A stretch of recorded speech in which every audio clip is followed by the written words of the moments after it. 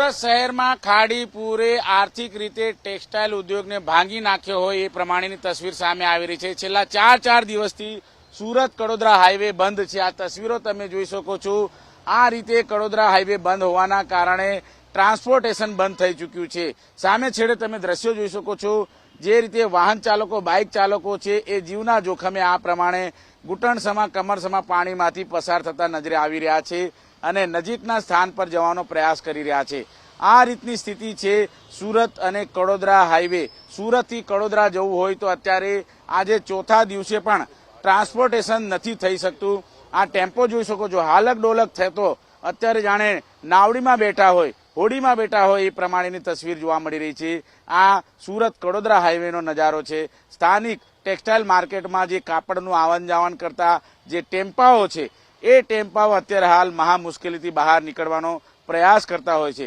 Bike ચાલકો પણ જઈ રહ્યા છે, પગપાળા લોકો પણ જઈ રહ્યા છે, પરંતુ આ રીતની મુશ્કેલી વેઠીને તેઓ અત્યારે હાલ જીવનું જોખમ ખેડતા નજરે આવતા હોય છે।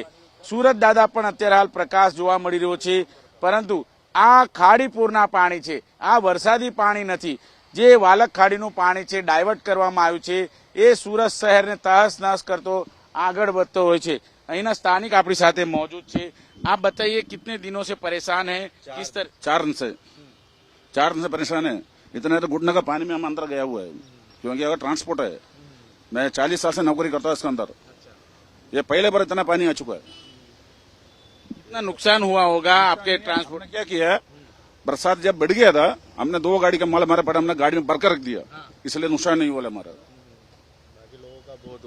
તમે જણાવો કેટલું મુશ્કેલ છે અત્યારે અંદર જઈ શકાય છે? बहुत मुश्किल से 3 दिन से आओ जाओ कर रहे हैं, पैर खराब हो गए सब घुटने का पानी से अंदर जा रहे। गंदा पानी है, कैसा पानी है, निकलता नहीं पानी। खाई नदी में पानी भर गया हिसाब से पानी निकलता नहीं। બિલકુલ ટ્રાન્સપોર્ટેશન ગોડાઉન મોટી સંખ્યામાં સામે છેડે જોઈ શકો છો।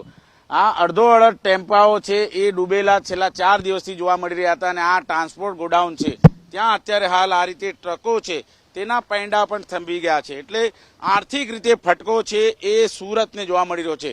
સુરત શહેરના આસપાસના વિસ્તારમાં જે ખાસ કરીને સારોલી હોય, પૂણા કુંભારિયા હોય, આ તમામ સ્થળ ઉપર અત્યારે મોટી મોટી ટેક્સટાઇલ માર્કેટો ટ્રાન્સફર થઈ છે અને ત્યાં અત્યારે છેલ્લા 4 દિવસથી કામકાજ બંધ છે। કામદારોને રોજીરોટીનું પણ નુકસાન અને વેપારીઓને પણ આર્થિક ફટકો આ રીતે ખાડીપુરના કારણે થવા પડી રહ્યું છે।